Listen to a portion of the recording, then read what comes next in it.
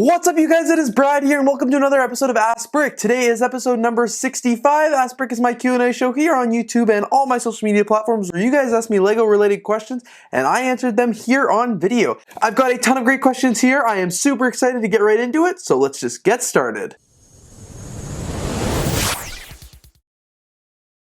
Let's just get right into it with the very first question here. Ask Brick, why do you spend the time to stack your pad cups like the 1x2 bricks when it takes so much more time? So I've done a lot of videos about this recently on how to get the most LEGO bricks in your pick-a-brick cup. And one of the big things everyone is saying is, yeah, you get some more LEGO bricks, but are you spending more time packing those cups than the bricks are actually worth? And at the end of the day, it really just comes down to each person and the value of their time.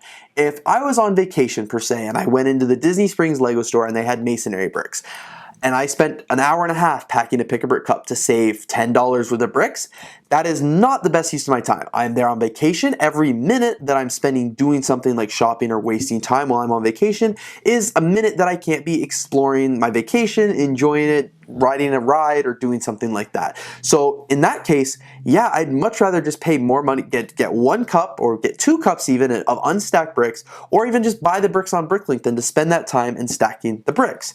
However, if I'm here in Toronto, I'm finished work for the day and I have nothing on my to-do list for the evening other than to lounge around and relax, I don't mind spending the time at the LEGO store to pack the pick-a-brick cups. When I went to the LEGO store and got the masonry bricks recently, they had a 1 cup limit per person.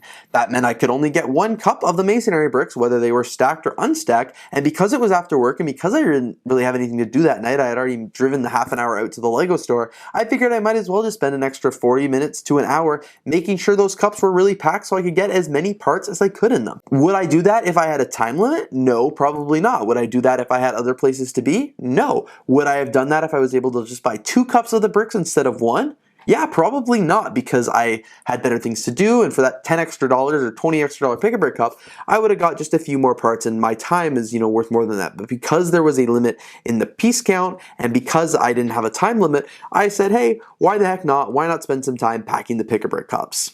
So really, at the end of the day, whether or not you want to pack your pick-a-brick cups is totally up to you. If you have the time at the LEGO store and there is like a piece limit or something like that, a cup limit, you might as well spend the time to pack it. But if you're busy, if you don't care, just go for it. There's been times where I've stood in the LEGO store and packed for 2 hours, and there is times where I've just gone in and thrown as many bricks into a cup as I can to get out of there as fast as possible. It's a game day decision for me. You've got to just evaluate the time that you have on hand, the money you have on hand, and make the best call for you, because I can't sit here in the video and say, no, stack your parts, or no, don't stack your parts, because at the end of the day, it's totally up to you. And like I've said, I've done both before. It just really depends on what my financial situation's looking like, what my time situation is looking like, and of course the rules of the LEGO store. So end of the day, it's totally up to you whether or not you're going to stack your pick-a-brick cups, but especially as a kid, if you don't have any money or something like that, you might as well stack it, because you don't have a job, save your money, get more bricks, it's a win-win. This next question is bound to get me in a little bit of trouble. This was asked a million times on TikTok, but Ask Brick, why didn't you test a submarine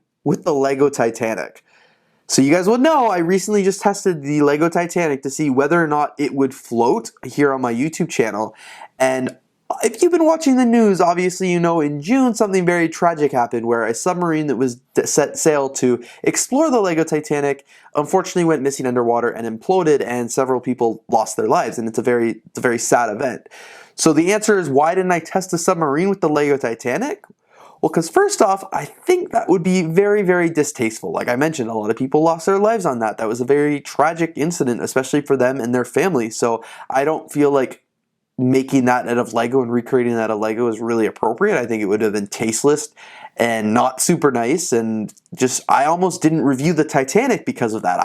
I wanted the Titanic last year, but I just was saving up for it. I finally had saved enough to go buy the LEGO Titanic. I bought it, and then this whole thing happens with the Titan submarine. Right the week after I bought the Titanic. I even delayed posting the Titanic video until after Brickworld, because I just was like, this is so distasteful in the time, and I didn't want anyone to think that I was trying to capitalize on all the news hits on the Titanic to start talking about the LEGO Titanic. So I purposely delayed that video for weeks. I delayed the actual buying the set for weeks, and I delayed the actual testing out to see if it would float for weeks, just so it wouldn't be in the news cycle anymore. So I think had I tested a submarine with that, would have been super distasteful. It would not have been cool. That's not something that I would have really liked to do, and I don't think many of my viewers would have appreciated that as well. I actually did test the submarine probably back in 2020, 2021 maybe, to see if it would float or not, and I never actually uploaded the video. I've got all the footage of the LEGO submarine, it's a LEGO City submarine, exploring underwater. I did record a lot of that in 2020, like as I said, a few years prior. The video never made it to air. But yeah, the reason I didn't test a submarine with my LEGO Titanic is just because I think it would have been incredibly distasteful to do that based on all the recent events. I know many of us have our opinions on whether or not those people should have spent $250,000 or not to go and explore the Titanic, but we're not getting politically on that channel, regardless of how much they paid or whose fault it was. Unfortunately, people lost their lives, and I don't think making fun of that incident or capitalizing that in LEGO for views would be very appropriate. So that's why I did not test the LEGO submarine. Not to say I'm not going to ever do it again, because I still have the footage and I still thought it would be really cool to do. I'm just not doing it right now because that would be incredibly distasteful. This next question is from Gnome. Ask Brick, are all the buildings in your LEGO City official, or did you make them yourself? This one is a perfect time question because I just actually released LEGO City update number 6 last week. So let's go take a look at my city. So this is my LEGO City here. This is a city that I've been working on for many, many years now. It has only just continued to grow and expand. And the question was, are the buildings in this LEGO City official LEGO sets, or are they my own creation? And the answer to that is both. Some of the buildings here in the LEGO City, for example, all of these modular buildings here, these ones in the back, and these ones in the front, these are all official LEGO sets that you're able to buy at the store, like Walmart or LEGO Shop at Home or Amazon. Affiliate links down in the description below to all of those, but these are all official LEGO sets. However, a bunch of the sets back here, for example, this building, this police station, this NCIS MOC, and more, these are custom LEGO buildings. So I definitely would say I do have more official LEGO sets in the LEGO City than I do non-official sets, just because a couple of my buildings, like the Bricks Tower here, we've got these apartments here, the federal office building, yeah, those ones are custom, but the modular buildings definitely take up a little more space, and they're just bigger and stuff like that. I really love the modular building sets. That's what a majority of the sets here in the LEGO City are, and I just think they add so much to the city. They're always so nice to add,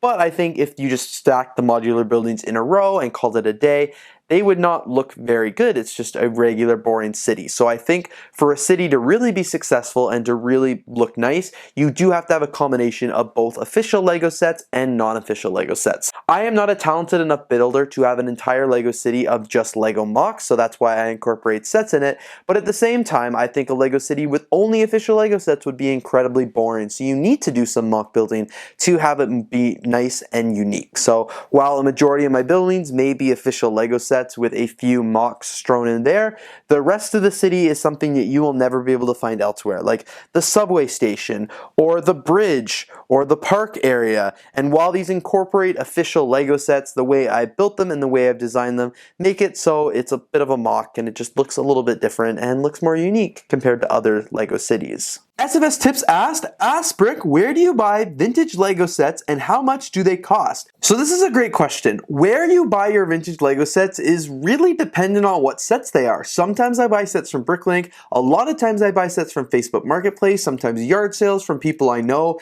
It really just depends. So if you are out there on the hunt for a vintage set, you have a vintage set in mind, you want this set, your best bet would probably be somewhere like Bricklink or eBay. Like you have a set in mind, you know exactly what set you want to get it, you go to one of those sites and you should be able to find it. If you're out there just trying to increase your LEGO collection and get more vintage sets, but you don't have any one particular in mind, I recommend checking out things like your Facebook Marketplace, Craigslist, Kijiji, friends and family, Facebook groups, there are people buy and sell things. A lot of those places are also great ways to get vintage LEGO sets that if you just want some vintage LEGO sets, like if you obviously have one in mind, obviously it's better to go to one of those more targeted sites, but if you just want older LEGO sets, I guarantee guarantee you there will be some available on those platforms. Another great place to get vintage LEGO sets would be at LEGO conventions. So whether you go to a LEGO convention as an attendee and just go to the vendors, they'll probably have some there for sale, or you can obviously go to the yard sales at these LEGO conventions. A lot of sellers would have them for sale. Or if you really want to get specialty, you could go to a specialty LEGO store like Bricks and Minifigures or Atlanta Brick Co. or anyone that, you know, really specializes in selling LEGO sets.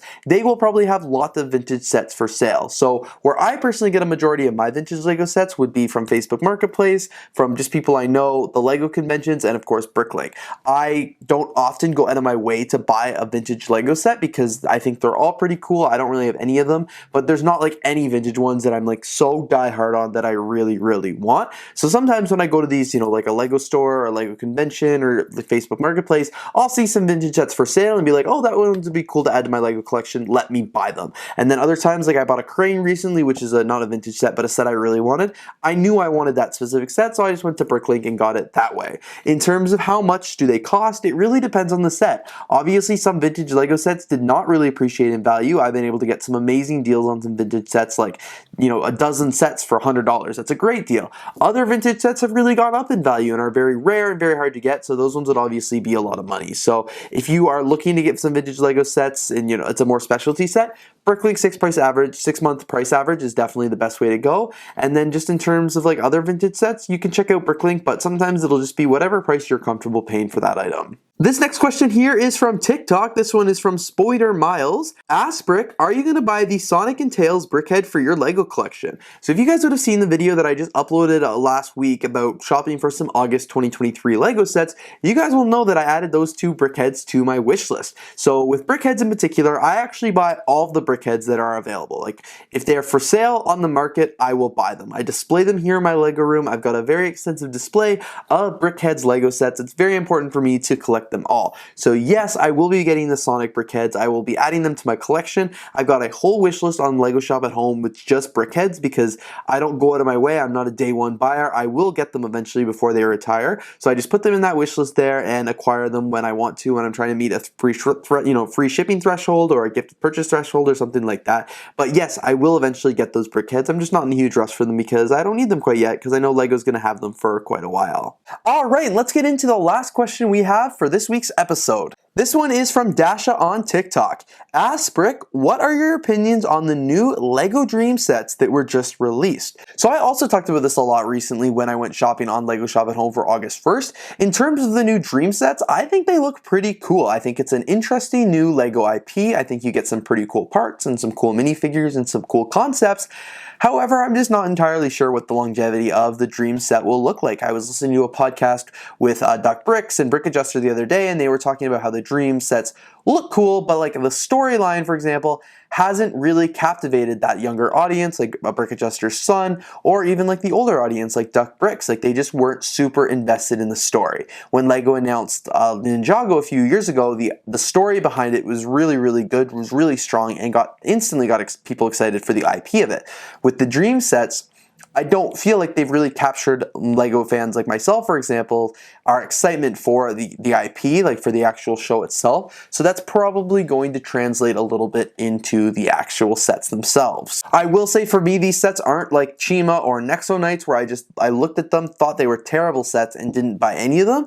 I do hope to get some of the Dreamz sets because I do think they look really cool. I think they've got some cool building techniques and some cool parts. So I would love to add them to my LEGO collection. Unfortunately, I just don't know how they are going to do. I, for example, hope they do a little bit better than the Hidden Side sets. Like the Hidden Side, as soon as they were releasing, I had a feeling those sets would be a flop just because of the IP and everything around them. Like I just wasn't convinced. So I hope Dreamz will do a little bit better, but I know LEGO's really struggled to find that like new, that unique IP that they own and they created, and just to like really not struggle and to do well. So I'm hoping, for LEGO's sake, I'm hoping all the best. I think the sets are pretty cool. I will be picking up a few of them, but I don't imagine I'll get very into the show or anything like that, but I still think they're pretty neat. You guys will have to let me know down in the comments below if you're going to be picking up any of the Dreamz sets or not. Like I mentioned, I'm planning to pick up a few, but I don't imagine I'm going to be a huge collector of them. I just think some of them are pretty cool and have some cool parts. Anyway, with that, you guys, that is all the time we have for questions today. Thank you so much for watching today's episode episode of Ask Brick. I really hope you enjoyed. You'll have to let me know down in the comments below what you think of all the things that we talked about today, especially whether or not you think it's worth your time to stack your Pick-a-Brick cups. Anyway, you guys, thanks again for watching. I really hope you enjoyed this video, and I'm looking forward to seeing you here in the next episode.